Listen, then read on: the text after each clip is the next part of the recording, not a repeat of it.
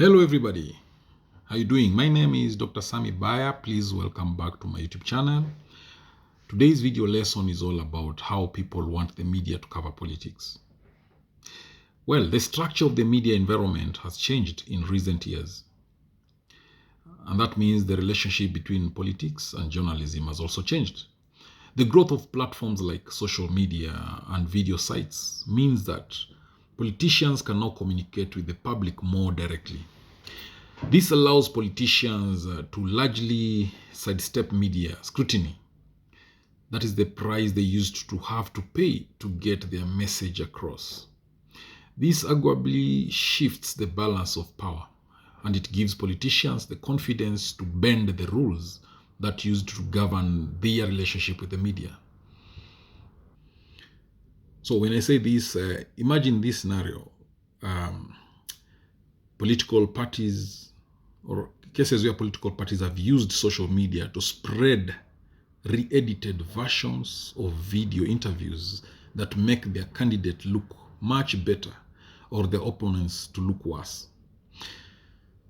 Now, of course, a lot of things or much remains the same, but there's also a sense that the news media are struggling to adapt to this new world and may not always be as capable of holding politicians to account at a time when they have less control over what eventually reaches the public. So journalists, politicians, academics, and other observers have offered a range of opinions on what the media should do in response. But the views of news audiences are rarely solicited, something that seems odd given that many news organizations have become increasingly audience-focused in recent years. Very few people would argue that audiences should completely dictate journalistic practice or the policy of the technology platforms, but what they think still matters, because journalism exists within the context of the audience. Now, the three big questions I want to ask you is this. Should the media report false statements from politicians? Should politicians be able to advertise on platforms? Should politicians fact-check political adverts? Somewhat unusually, we tend to find clear answers to these questions, both across countries and across different demographic groups. Most people think that journalists should report false statements from politicians, even if it gives them unwarranted attention. And most people think that platforms should block political adverts that contain inaccuracies, even if it ultimately means the platforms become the arbiters of truth. However, whether or not people think political parties should be allowed to advertise on platforms in the first place seems to depend on the current rules governing political advertising on television. Most of the time, and in most countries, there is a consensus on these issues that stretches across the left-right political spectrum. But we see different views when we look at people with different levels of interest in politics, with the most interested tending to prefer more open political communication environments that reflects the status quo. So on the issue of people wanting the media to report potentially dubious statements from politicians, a key concern for many media organizations across the world is how to cover politicians who have a reputation for consistently making false statements.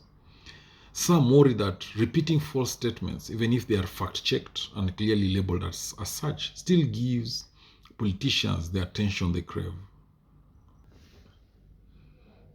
On the other hand, some might argue that news organizations have a duty to report what politicians have said, regardless of whether it's true or false. And it is this, all right, that sometimes it seems that it comes closer to what most people will prefer. In almost every market, people say that when the media has to deal with a statement from a politician that could be false, they will prefer them to report the statement prominently because it is important for the public to know what the politician said, rather than not emphasize the statement because it will give the politician unwarranted attention. Media companies should not necessarily change their practices just to meet the preferences of the audience. These are difficult questions and no response can satisfy everyone. So we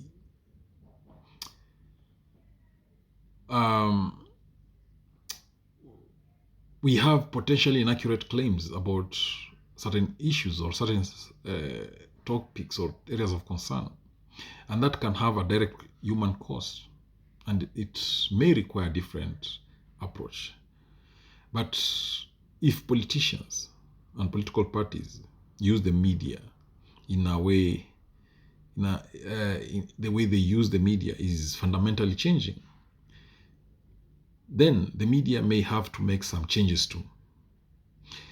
Because no amount of data on audience preferences can tell us exactly how, but it can highlight some of the problems with simplistic solutions. For example, it is sometimes said that the way to deal with politicians who lie is simply to stop reporting what they say.